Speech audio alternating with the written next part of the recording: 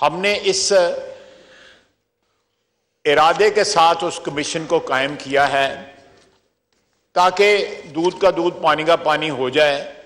ये कंट्रोवर्सी जो चल रही है उसका जो एक कंक्लूजन हो जाए कि ये लोग जो किरदार आपको ऑडियो लीक्स में नजर आते हैं इनका कहां तक, एक तो ये बात है कि उनका जो किरदार जो है एस्टैब्लिश हो कि ये वही लोग हैं, और दूसरा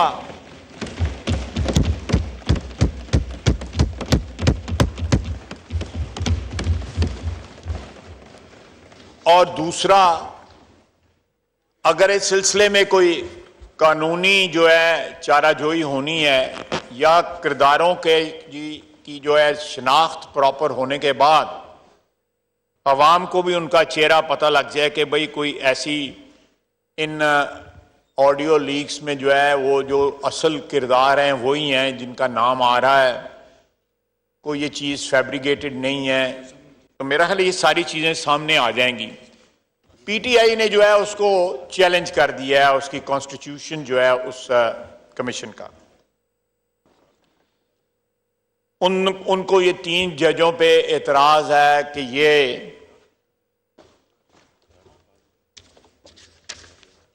ये जो है ये सुप्रीम कोर्ट के चीफ जस्टिस का ये काम है और किसी का काम नहीं है। हमने एक नेक काम की इब्तिदा की है। हमने उस कमीशन में 3 जज जो हैं जज ही रखे हैं, कोई यहां पे पार्लियामेंट का कोई रुकन जो है उसका मेंबर नहीं है, या उसमें कोई ऐसा शख्स नहीं रखा जिसके मुतालिक ये कहा जा सके कि भाई ये अदलिया का को जो किरदार जो है या अदलिया का जो तकद्दस जो है, अदलिया का जो वकार जो है उससे मुनाफी है। 2 चीफ जस्टिस हैं, एक इस्लामाबाद और एक बलूचिस्तान, और तीसरा उनका जो हेड होंगे उस कमीशन के वो जस्टिस फायज ईसा हैं। उनका किरदार जो है खुसूसन उनकी जो जंग जो उन्होंने लड़ी है, जो उन पे किरदार पे उनके बरादरी ने, उनके जो ब्रदर जजेस हैं जिन्होंने उन पे हमला किया था, मैं समझता हूं वो जंग जो है उनके किरदार की डेफिनेशन जो उन्होंने लड़ी है। जिस तरह उन्होंने जंग लड़ी है उससे उनकी अजमत और उनका ओहदा जिसमें वो फायज हैं वो डिफाइन होता है। पीटीआई को तसल्ली तब होती कि ये 3 जजों की जगह जो मौजूदा जो हमने रखे हैं उनकी जगह जस्टिस मुनीब होते, इज्जत माब, जस्टिस एजाज आला आसन होते, इज्जत माब, और जस्टिस मुजाहिर नकवी होते, इज्जत माब, तो फिर उनको तसल्ली होती, फिर कभी दरखास्त ना देते, क्योंकि पिछले 1 साल से सारे जजेस जो हैं, सारे बेंचेस जो हैं वो मोर और लेस जो है इन्हीं जजों पे मुश्तमिल होते हैं। तो मैं ज्यादा तफसील में नहीं जाना चाहता, लेकिन मेरा ख्याल है कि जो कुछ मैं कहना चाहता था वो मैंने कह दिया, मुद्दा जो है मैंने अपना बयान कर दिया। मैं आता हूं जिस रेजोल्यूशन की तरफ। सर, मेरे ज़हन में या किसी पाकिस्तानी के ज़हन में कोई एम्बिग्विटी नहीं है, कोई जो है इसके मुतल्लिक शक और शुबा नहीं है कि 9 मई को जो हमला था मुख्तलिफ फौजी तनसीबात पे, उनकी रिहाइशगाहों पे, एयर बेसिस पे, GHQ पे बहुत सी सियासी तनसीबात तो नहीं मैं कहूँगा, लेकिन सियासी जो चीज़ें जो है जिनका आइडेंटिटी जो है वो सियासी है, वो सारे शहरों में मौजूद हैं। उन पे उन्होंने हमला नहीं किया। और भी हमारे सरकारी दफातर भी उन पे हमला नहीं किया। उन्होंने सिर्फ और सिर्फ जो है फौजी तनसीबात पे हमला किया। सर, ये हमला उनका फौजी तनसीबात पे नहीं था, ये हमला पाकिस्तान पे था। उन्होंने वो किरदार अदा किया जिसका खदशा या तवक्को हमें हिंदुस्तान से होती है, अपने अज़ली दुश्मन से होती है। पाकिस्तानियों से कभी ये उम्मीद नहीं की जा सकती थी।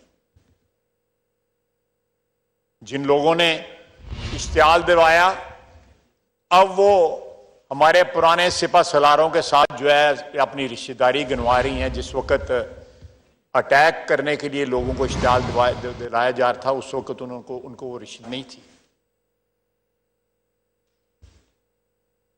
हम लोग सियासतदान हैं जनाब, सियासी बरादरी हैं। फौज का अदारा ISP आज मौजूद है जो उनकी पोजीशन के मुतल्लिक जो है दफा भी कर सकता है और एक्सप्लेन भी कर सकता है।